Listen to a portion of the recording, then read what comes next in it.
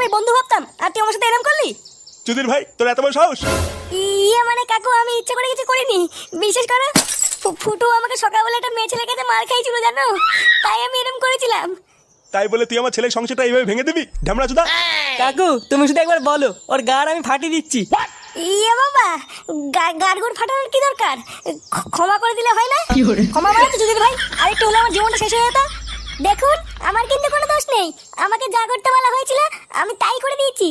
চুপ মাগি, একদম চুপ। বাড়া আমার মতন হ্যান্ডসাম ছেলেকে বিয়ে করবে? রস দেখো। এই তোরা সবাই মিলে এই দুটো সেটা ভাঙতো। হ্যাঁ বাড়া, তোরা ফটকে সেটা ভাঙ।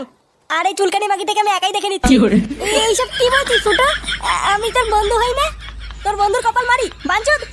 এ মা, এইসব কি বলছিস? মার চুদের ভাইকে। এ রে, এ কি? না না না, এরম করিস না। সেগো মানি ছেলে, আমার ছেলের জীবন নষ্ট করা! এ মা, কাকু তুমি আমার বাবার মতন।